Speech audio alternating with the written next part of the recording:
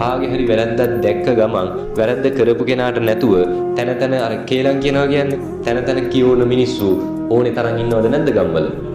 ඉන්නවා. මන්නම් හරීම අකමැති පිළිකුල් සහගත කොටසක් තමයි ඔය කාගේ හරි වැරද්දක් දැක්කම අදාළ කෙනාට නැතුව තැන කියවන මිනිස්සු. නේ මං හරීම අකමැති ඒ වගේ මිනිස්සුන්ට. මොකද ඒක මිනිස්සෙක් විදියට කරන ගැළපෙන දෙයක් නෙවෙයි. නේ කාගේ හරි වැරද්දක් තියෙනනම් මං කියන්නේ පෞරුෂයක් තියනවා නම් කාට හරි ඔබට පෞරුෂයක් තියෙනම් ඔබ කාගේ හරි වැරද්දක් දැක්කොත් ඒ වැරද්ද ගැන කතා කරන්න ඕනේ කාත් එක්කද?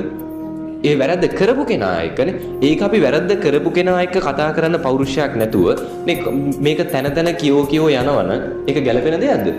ඒක ගැළපෙන්නේ නැහැ. ඒක මහා පහත් ගතියක් නේ. කේලම්කි කියන්නේ ඒක.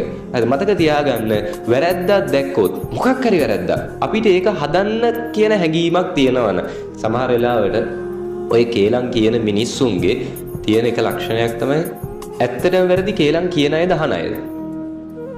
අහන අයත් ඕකේ වැරද්ද බාර ගන්න ඕනේ නේ. මොකද කේලම් අහන අය තමයි කේලම් කියන අය මේ උසිගස්සලා යවන්නේ නේ. අද කේලමක් කියපු ගමන් කියනවා අනේ නේ ඔයා ඕක කිව්වේ නැත්නම් අපි දන්නේ නැහැ. නේ ඔයා ඕක කියපු එක කොච්චර දෙයක්ද? අනේ හොඳයි නේ කියලා සමහර විට උඩ තියලා යවනවද නැද්ද? යවනවා. කේලම් කියන අය Tamanට ඒ කියන්නේ එහෙම මිනිස්සු එහෙම කරන්නේ හිතන්නවද?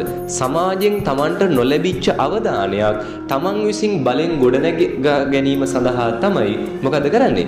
කේලම්කි කියන්නේ නේ. අඩුපාඩු තැන කියෝ යන්නේ. මං කියන්නේ ගම්වල ඔය පහත් වැඩේ නම් කරන්න එපා. පවුලේ ඇතුලේ ප්‍රශ්නයක් තියෙනවා නම් ඒක පවුල ඇතුලේද කතා කරන්න ඕනේ අල්ලපු ගෙදරත් එක්කද? පවුල ඇතුලේ කතා කරන්න ඕනේ නේ. ඒක අල්ලපු ගෙදරට ගිහිල්ලා කියවල වැඩක් නෑ. එතෙන්දී ප්‍රශ්නේ තව දුරදිග යනවා මිසක තව තැන්වල ඇදි යනවා මිසක ඔය පිට මිනිස්සුන්ට මතක තියාගන්න ඔබ ගැන කාටවත් හැඟීමක් නෑ. කවදාවත් ගෙදර ප්‍රශ්න එළියට ගිහින් කතා කරන්න එපා. ඒක ගෙදර ඇතුලේ විසඳ ගන්න. පැහැදිලිද කියන එක නේ. කාගේ හරි වැරද්දක් දැක්කොත් ඔබේ ගමේ වැරද්දක් පිට ගමක ගිහිල්ලා කියවන එක වීරකමක් නෙවෙයි. ඔබේ ගමේ කවුරු හරි කෙනෙක් කරන වැරද්දක් එයාට නැතුව තැන කියවන එක වීරකමක් නෙවෙයි. කියන්න ඕනේ කාටද? ඒ වැරද්ද කරපු කෙනාටනේ. එයත් එක කියන්න මතක තියාගන්න වැරද්දක් දැක්කම අහක බලාගෙන යන්න කියනේම නෙවෙයිනේ.